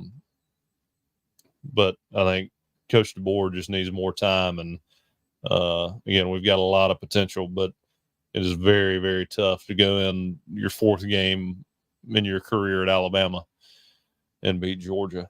I think by the end of the year, we'll be in really good shape. But it's just, like I said, it's fourth game of the year, pretty tough. Yeah. No, I'm with you. Fourth game of your career at Alabama. Yeah, right. One of the things he said on our interview, Brett asked him about Waffle House, and we've kind of joked about that. And he goes, yeah, I'll have to try that while we're here. And once I heard that, it's been hard to unhear that. Yeah. And I'm in it. I told Brett, I said, Brett, did you hear him just say that? That was one of the, I thought that was kind of one of the most. How old's Kalen DeBoer? 44? No. Is he? Right in there? How old is he? I don't know. Let me look him up. I don't know. How old is Kalen DeBoer? Yeah. Let's see if this works. 49. Okay, 49. Yeah, so he's, I knew I wasn't older than Kalen DeBoer. 49 and not eat at Waffle House. Well, they didn't have it anywhere he's been. They don't have it at Fresno. They don't have it at Washington. They don't have it in Fresno? No, man, they don't have that in Sioux Falls. Oh, I mean, I get Sioux Falls. Actually, no, I don't get Sioux Falls. I mean, I feel like Waffle House is a staple of small towns. It's delicious. Although my favorite Waffle House is the one right next to Floribama. Yeah, that's a good one. That's a good one. And somebody told me they're tearing that down and doing something else with that. Really?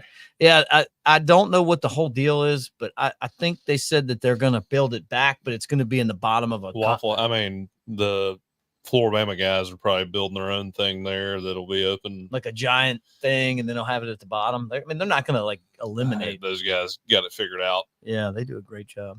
We have fun there. So what do you think? You want to do some more show or what? I'm good for whatever. Yeah. Well, you talk about something because I got to walk outside. Who has the best bacon? Have you ever put butter on the Pop-Tart? Let me go ahead and get you set up here because I got to walk outside real quick. Have you ever put butter on the Pop-Tart? And who has the best bacon? Those are the areas that you can get into right now. Have you ever put butter on a Pop-Tart? I have not. I haven't had a Pop-Tart in probably 2 decades. Kids aren't old. You'll be happy. Yeah, you're right. You're right. You got about 3 more years. I miss Shoney's.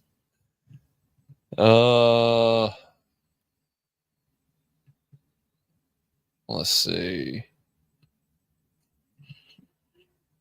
Kirby hasn't been the best coach in football against the Tide. I agree with that. But he's also been coaching against Coach Saban, who's been in Alabama for 17 years.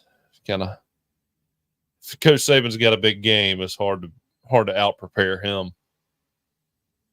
Let's see. Yeah, 49. 38-12. That's a Levi. That's a hell of a prediction. I hope so. I hope that's right.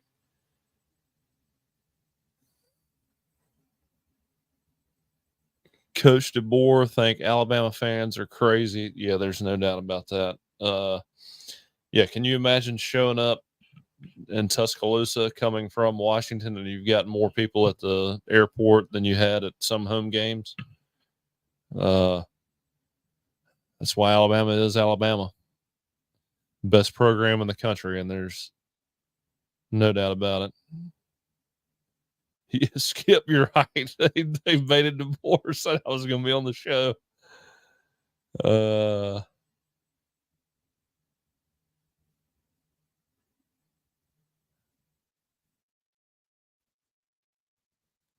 When it's all said and done, will Milroe be known as a better quarterback than Hurts? College only. There's a question on there. When it's all said and done, will Milroe be known as a better quarterback than Hurts? College football only. I think so. And I told you guys this. I think he's a better version of Hurts. And I loved Hurts. And I'm not one of these guys that thinks that Milroe's not a good quarterback. I think he's a good quarterback. I'm skeptical of quarterbacks that are the scrambling guys. And I'm a Ravens fan, like Lamar Jackson. I feel like sometimes you can put him in a box, but there's also that other element where, maybe you're not going to be able to make as many plays throwing the ball, but the running evens it out, if you really are good at it. Yeah. Well, the thing that helps us right now, and you saw it against Wisconsin. What are you laughing at? just this right here. What?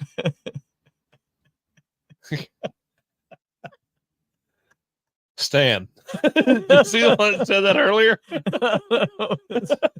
When I was at the when I was the national championship in 2016, before media day, they replaced the placard before I got up there. But my placard at media day said J-A-Y Coker. I mean, the media screwed that up. Yeah, no respect at all. Is that like I'm called Mitch a lot on accident? Is that what you're called a lot, Jay? Jay, yeah. Mitch. I don't even care anymore. Hey, let's talk about something else. While we got everybody hanging out with us. But what I was going to say is, okay, to your point, to your point, though, when you're talking about running quarterbacks, when you aren't very efficient, and I don't know if efficient's the right word, when you're not, I don't know, firing on all cylinders, or you don't feel like everybody's communicating the best they can possibly communicate. You're not developed yet. You got a bunch of young guys. Quarterback runs will keep you in the game. You got a guy like Jalen Milroe. His ability to run the ball, has really created an advantage for us that is going to take some pressure off our pass game until we're where we need to be. And you saw that against Wisconsin. I mean, Coach DeBoer sees it.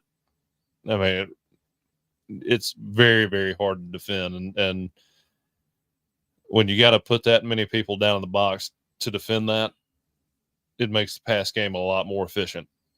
You know, it opens up a lot of holes, especially when you got Ryan Williams. Yeah, right.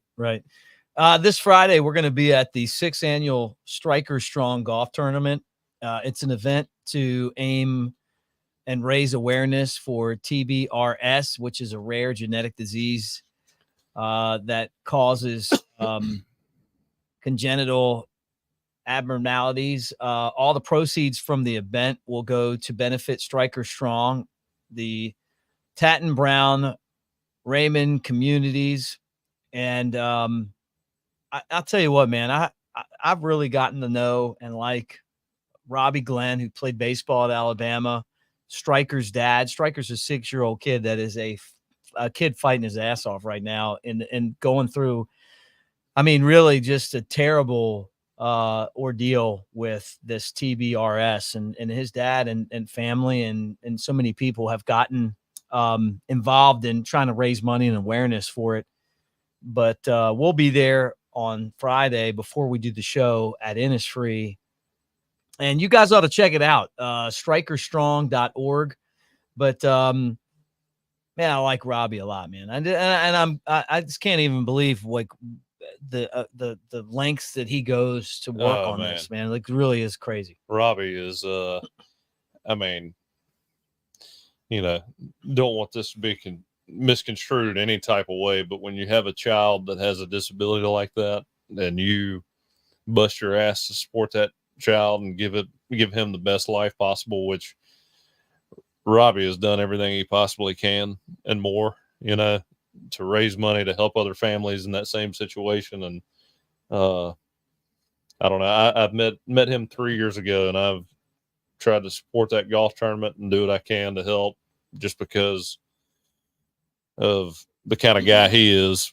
You know, you care for your children like that you've immediately got my respect no matter what. And I mean, he raised a lot of money. Says a lot about Birmingham as well. I mean, that tournament is one of the most highly supported tournaments I've ever been to, and says a lot about the people around him and him too as an individual. I mean, people care about him, care about his family, want to help out as much as they can. And if you can support that tournament, it's very worthwhile, because it's a really good cause. There's no doubt about it. Yeah, we're excited to do it. You and I are in the same golf cart. I got some bad news. I sold my golf clubs before I moved down here because I thought I was moving to Chicago and I didn't have any room for them. You're an athlete though. You'll figure it out. Yeah, that's what I was thinking. Like I mean, we're in the same cart. I know one damn thing. Our cart is going to score very high. We're going to kill it in this golf tournament. You in the same cart. We're going to have to be careful. We got to get to Tuscaloosa. We got a show to do. We're like the Blues Brothers. We got a show to do. You know? Honestly, man, I'm excited about it. You guys need to check out Striker Strong. My buddy Jay Barker mentioned it a lot on his show when I used to go on there and do his show a lot when he was doing it. And I love Jay. I think you guys know that. I've talked about it a lot. I think he's one of the best guys I've ever met, and always had a great laugh hanging out with him. But he would always get serious and really help Robbie, you know, with the Striker Strong stuff. And so he's been there every year since I've been there. Yeah, so I don't know how long he's been going, but it's cool to kind of be like in the spot now to be able to help, you know, like kind of jump into somebody to publish it, you know, talk about it and stuff. Oh yeah. But I talked to Robbie last Friday, and he's like, you know, I'm like, man, he was stressed out. You've never been. No, and he was stressed out. This tournament is, I mean, it's the one. Huh? There's reason to be stressed out because there's so many people there. I mean, there'll be, my gosh, there'll probably be over 1,000 people there. Really? I mean, he goes, I've put a few golf tournaments together. It's not easy. You put them together? Helped put them together. Okay. I thought you played in them. I mean, yeah, I've played in a lot of those. Yeah. I've seen you. I've heard about you. Now, I haven't seen you, but I've heard about you. The amount of money he raises and the amount of people he has involved, He does a lot of. I mean, I know that's not the only fundraiser he puts on, but he does a lot to help out Stryker and a lot of kids that struggle with the same disability. And again, can't have it. I don't. You could not have enough. I could not have more respect for what he does. Me neither, man. We're with you. So we'll see you on Friday. Any of you guys are going to be there. We'll see you as well. But strikerstrong.org if you want to donate or learn more about it. Nicholas, man, roll tide to you, man. Thanks to see you. Byron, I'm in Orange Beach when we do the show there or when I'm at the Floribama. I actually live in Fairhope, so I'm not too far away. And I'm excited about that. We'll be at just for the tailgate show. We'll be there for the Tennessee game and the LSU game. Actually going to be at Coastal for Tennessee. They have a whole stage, and so it'll be a fun setup. That'll be awesome. And then back at the big Floribama for LSU. All right, we got a special guest that wants to jump back on one more time with us. Another question that this guy wants to ask us. There he is. Hey, Coker. I'm a lefty. I've got left-handed golf clubs. I think I could probably play in this if you would invite me. What's the handicap? I've never played golf before in my life. I will probably. I've got clubs, but I will drive you guys around, and I'll bring a cooler and everything. We'll raise money. We'll have a good cause. But no, I got to think. This is going to be a John Daly experience without John Daly being there. How many people that don't play golf can you have in one group? Look, I know how to cheat. I'm from Walker County. I know how to cheat, and I can raise the score. I mean, I know how to do all this stuff. We're raising money. Everybody's going to get paid, and we're doing it for a great cause. But look, what you don't do is you don't be the top team. I was told this by a friend of mine. You need to come in at least second or third. You know, just come in below that. You got to have somebody gathering intel while you're playing. Right, exactly. But no, I was thinking about. I forgot to ask you, Jake. Are we going to hit Broadway? On Friday night. I mean, are we going to become best friends, or what's the deal? Brett might. I'm heading out Friday. I'm staying Thursday night, and I'm heading out Friday. So I need to come Thursday night. All right. So where are y'all staying? And do y'all have room for me? Look, I can sleep. Look, I told Mick I have slept before in bathtubs. Slept on the porch. I have slept on couches. I have slept on the floor. Yeah, I mean, your wife may be uncomfortable. You may be uncomfortable, but still. The front porch is the Walker County king. He's got a CPAP, so once he puts that on, just I look like somebody that's playing in Top Gun. As long as you get a plug in for me, because you don't want me dying on you. It would be a terrible situation if I died in Jake Coker's arms. It'd be terrible. That'd be a hell of a story, though, for Jake. Yeah, it would be a hell of a story. I mean, I'm telling you. But anyway, Bama Red said shot 68 at Benbrook 32 years ago. I mean, come on. I don't know what I would shoot. You never played golf before? Never played. Now I've got some. I'm a lefty, and I've got some clubs. Have you ever played? What are the clubs for if you've never played before? Well, I mean, how did you get clubs? I want to hear that. Yeah. I was planning on playing, and we got a driving course here. Have you ever played at Musgrove Country Club in Jasper? I have not. Oh, okay. All right. So I need to have. I don't think I've ever played golf in Jasper before. All right. Well, I need to have you because it's like a a great facility. It's like Is it like Robert Trent Jones? oh yeah, it's a great facility. Musgrove Country Club. Come on, give me a break. But yeah, I mean, I was thinking about that, and but no, I was wanting to see if you would go out at least one night with me on the town and let me and Mick just film it.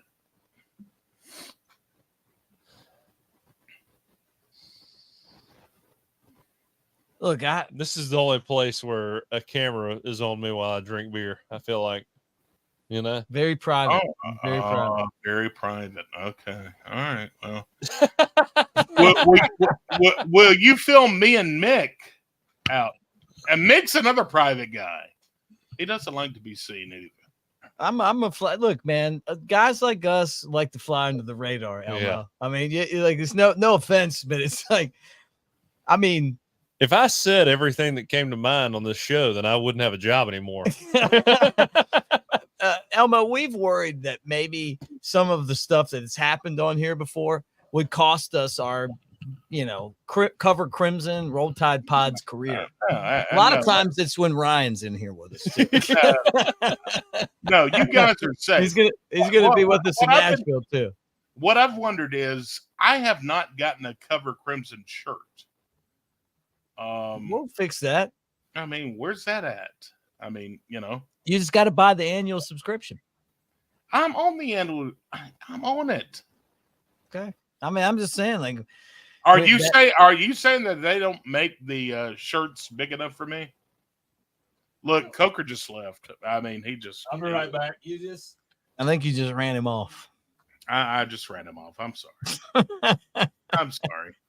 Nick, I shouldn't have crashed the party. I'm sorry. Nah, you can crash it. Hey, let me ask you this, man. Let's talk some football, because I know everybody on here is wanting to know. Yeah, what are your early feels on this Alabama-Georgia game? And I mean, do you think that I don't think that this game really has much of an impact on the college football playoff, but it does have an impact on the SEC. No, I think if you get a win here, it's going to be big. I think Coach DeBoer, this is a big game for him. It's that first really big SEC test, and it's coming at home. And what I mentioned was, the everything surrounding it, whether it be game day, whether it be the former president coming to town. I just feel like that there's a lot of distractions here. I want to see how he gets his team to respond. You know what I'm saying? I mean, I think it's very important. But I see some losses on the schedule. This is a tough schedule. You still have Tennessee to play. You still have Missouri to play. I know I know you're a doubter. Missouri's not looking like what we thought Missouri would be. Right. Hold on. When you say we, don't include me, because I never bought into their. I mean, I never thought they were. But Vanderbilt, and then they played close the week before that. Who was it? I mean, it was supposed to be a decent game, but Boston College. Yeah, right. Man, they're not that good, man. They're gonna end up with. They'll be all right. They'll probably lose. That's what I mean. Games. These teams, until they prove that they can beat top-notch talent consistently, I mean, I'm just not going to buy in. Texas, yeah. I'm still not in on Texas. Texas, last year they make it to the playoff, and I mean, Coach DeBoer, to me, he was the best coach in the playoff. I'm not sold that Texas, was not as talented as Washington. I think Washington beat them. I think Coach DeBoer beat them with really lesser talent, and but I don't think Texas is on that dominant SEC list yet. I mean, they look pretty. but we'll see how pretty they are when they make it, to the playoff. I'm not bought in yet. Well, the thing is, about the schedule, you got Georgia, Vanderbilt, got to go on the road there. South Carolina, don't have any problem with. But that 3-game stretch is what I'm worried about. Is Tennessee on the road, Missouri at home, and then LSU on the road. I've told Mick 100 times, I guess. I just feel like Missouri's a trap game. I don't know why, but I just feel it. For sure. I mean, especially now, they look like a mid-level SEC team. Maybe.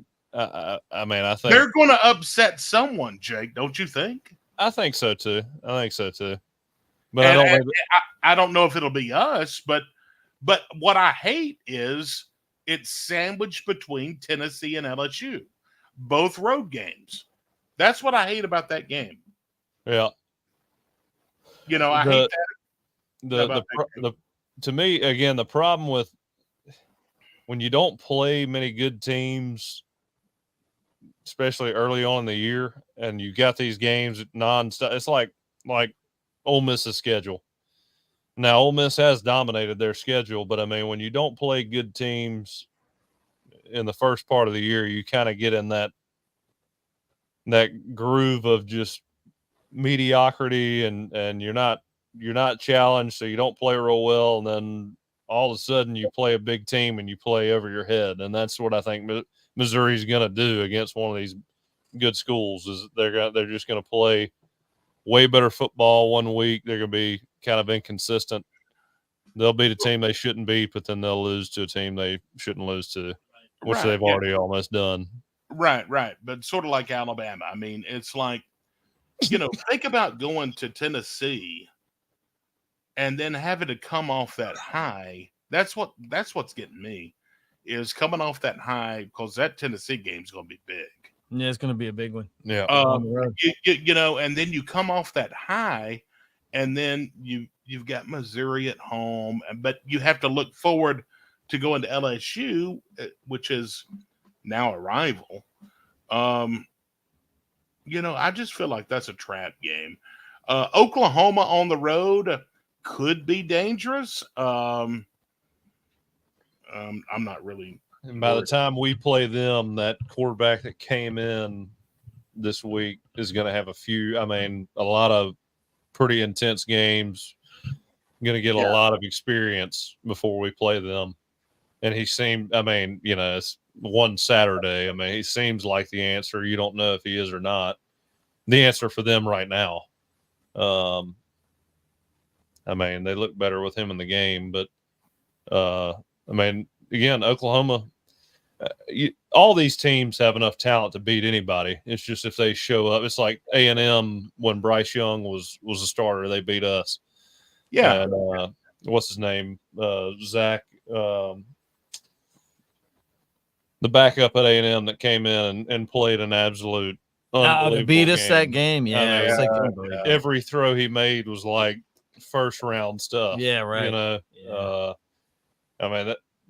All these guys have the talent to beat whoever. It's just if they put it together one Saturday night. With the addition of Texas and Oklahoma, do you think that the days of being undefeated are over? I don't think it's the addition of those. I think it's the transfer portal. Is into that. I don't think anybody's going to be consistent enough to go undefeated. I think you've got, free agency, a bunch of new faces every year. I don't think you can build a consistent club without, with this new uncertainty. Again, just too many new faces, not enough stability. I don't think that teams are going to go undefeated. I don't think anybody's going to be that dominant and that good going forward. It's kind of like what you're seeing in the first 4 weeks this year. you don't see a team that just absolutely stands above, head and shoulders above everybody else like Right. you used to. You're just not seeing that. Mm-mm. Yeah. The thing about the playoff too is it's like there's probably going to be several teams in the SEC that's good enough to make the playoff, but they beat up on each other, and you're going to have a Utah that slips in, and they may not be the best team in the world. I mean, I think the whole system is broken. I don't like the NIL stuff. I think changes need to be made to that. I'm just hoping that the best teams get in, and everyone's going to scream just like they did with the 14 playoff when you had multiple SEC teams in there. But I think there's going to be a lot of SEC teams worthy about playing in a playoff, even though they beat up on one another. Right. Hey, here's a great question from Levi. Our defense is young, but thoughts on Kane's swarm defense? Do you like it, Coker? Do you like it? I like getting the turnovers. I like it so far. I mean, I like Kane when he was at South Alabama. I think he's going to be one of those guys he's a head coach here in the next 2-3 years. Back again. When you watch his interviews, he's teaching on a level that's more sophisticated than most. Very, very detail oriented. I mean, you talk about just that response that he had the other day. We played South Florida, and he's forcing inside releases on slot receivers versus man coverage, where you're altering that get off or that release that receiver has. And even if you get beat, which is so true, I mean, when you run that slot fade, it needs to be an outside release. The timing, everything, if he doesn't get that outside release, then your timing's jacked up. Everything is messed up. So even if you get beat, it's still hard to complete that ball with that angle at that speed, and you got pressure in your face. The guy was wide open, but the ball was overthrown. That's so true. And when you're coaching to that detail and that guy understands that, because you watch that film, he obviously knew he was trying to force an inside release. He knew it was coming. Right. I mean, he's seen it on film. He knows it's coming. He's forcing the inside release. The guy beat him, but it's still an incomplete pass. When you're coaching to that level of detail, and guys really understand what they're supposed to be doing, they understand what the offense is trying to do. I mean, that's a pretty well executed play right there. Right. And even though you didn't physically execute, what you did mentally was enough to force a play that they didn't connect on. Now, against Georgia, probably a completed ball. I mean, you got one of the best quarterbacks in the country throwing to at Georgia, one of the better receivers in the country. But it was game 2, and we're still learning. But to have that level of detail down, and you got kids who understand what they're trying to do on defense, shows me that they're very receptive of what he's coaching. They're learning what he's coaching. And, I mean, I think he's one of the better options we've had at the defensive coordinator position. So I like him a lot. And I love the aggressiveness on defense. Even if you're not quite sound in terms of what you're doing on defense, you got guys getting to the ball, good things happen. Right. And that's the key. That aggressiveness, getting downhill, being around the ball. You don't have to be perfect to make things happen on defense if you're doing all those things. And that's what Kalen DeBoer's pushing. Skip said he sold his golf clubs too because he couldn't fix a slice. He probably sold them Brett. Lefty, are you a lefty? Hey, Skip, are you lefty? They've got so much dust on them, it's unbelievable. I'm gonna go take lessons. I gotta go take lessons. I had a friend who was a PGA caddy, and so I need to take lessons from him. And I'm gonna absolutely blister y'all's ass one day. All right. Well, a big sexy Elmo. Thank you for jumping on with us, brother. We got an Auburn fan in here. We do. That's Chris. Yeah. No, guys. Great job as always. Enjoy the show. We'll see you.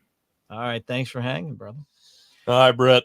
All right, that's it for Brett. We kind of, I guess we're closing in on 2 hours today, so we probably need to wrap it up. Chris's honest opinion on Auburn right now. I mean, I'm sure he's got to know. He told us he was getting a Peyton Thorne tattoo before the California game, and then Yeah, and now he says it's going to be Bo Jackson. That guy, yeah, Chris really has it figured out, doesn't he?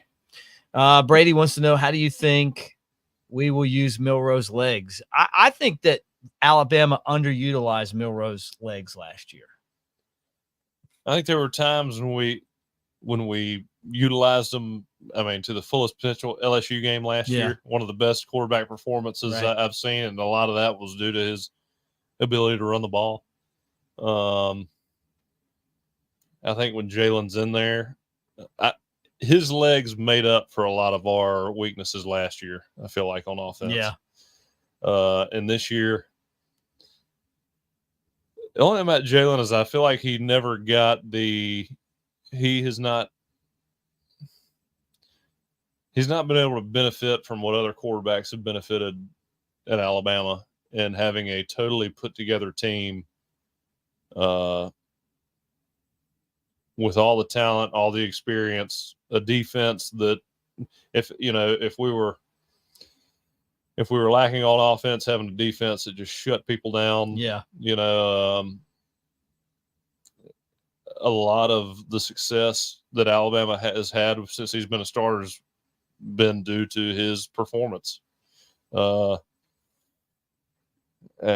I don't think he's ever gotten that traditional dominant Alabama team that a lot of quarterbacks have gotten.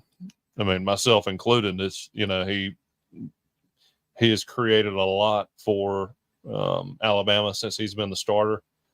I think his play really dictates whether we win or lose a lot of times, and it helps having a lot of weapons around you, a lot of proven weapons around you, and we've had a lot of really good quarterbacks. There's no doubt about it, but Jalen's had to carry a lot of weight since he's been the starter. All right, last one of the night. Mimi says, do y'all think our offensive line is getting better as we go forward? I think they better be getting better, because we're not going to beat Georgia unless they play a great game. I remember Mike Johnson telling me last year. Is our offensive line, what was the question? I'm sorry. Do y'all think our offensive line is getting better as we go forward? So. And Mike last year called me after the Georgia game. He got tickets. He wasn't expecting us to win. He didn't know what was going to happen. But remember last year, I mean, we barely beat Auburn, and he's like, man, they were throwing guys out of the club. Like he loves offensive line play, and he's watching these guys play offense. Like, man, this is really something to him. Yeah. I think we're going to need that same type of offensive line play. It's so funny watching a game with offensive linemen. Because they don't even know what's going on. They don't care. If somebody scores, it's like, did you see that? Did you see that block? Yeah, right. That was a pancake right there. He pancaked him. They don't care about what happened. No. They care about. He didn't get chipped, and he still pancaked him. You're just like, for a guy my size, you're just trying not to get hit by the high fives and the pats on the back. Which I'm sure you dealt with that. I mean, you probably scored a touchdown, and you got more punishment from your own guys. Those guys, somehow I was thinking about this the other day. It's so funny. I don't know how those offensive linemen, and I never have asked them this, but I'd throw a ball and they'd see everything. It was like they'd see the ball, they'd see the completion. I guess when the ball goes in the air, they see D linemen jump up, and then the D linemen start watching too. But I threw a touchdown pass to our Darius Stewart in the SEC championship game, and I mean the ball was ugly as shit. It was one of the ugliest balls I've ever thrown, but it was perfectly placed. I will say that. And I throw that ball and it's a touchdown. I'm like, I'm all jacked up. and I go, high five and celebrate with our Darius Stewart. And I look back and Ryan Kelly's running to the end zone, and he looks at me and he looks at me. He looks at me. He goes. He's shooting a duck out of the sky. It's like, how the hell did you see that? Like, not to just see the touchdown catch, but you actually see the ball in the air. I'm like, what the hell? That's so funny. Oh my goodness. Well, look, people, we gave you. I told you if you got over 200 people watching at one time, I was going to tell you some insider stuff. We never got there, but we got pretty close to it. We had a great. We just went through 2 hours. It was so much fun. How about big sexy Elmo coming on twice, sitting at home like, hey, I'm jumping back on again. Keith, thank you for hanging out with us. We love doing this show. The only thing that's better is when Ryan's in here. I mean, it really is pretty funny because then everything that you weren't going to say is he says it. Yeah. Yeah, like there's no filter. But he'll be in Nashville with us. And again, the Bama Tailgate Show, obviously, I would say like sisters to Cover Crimson.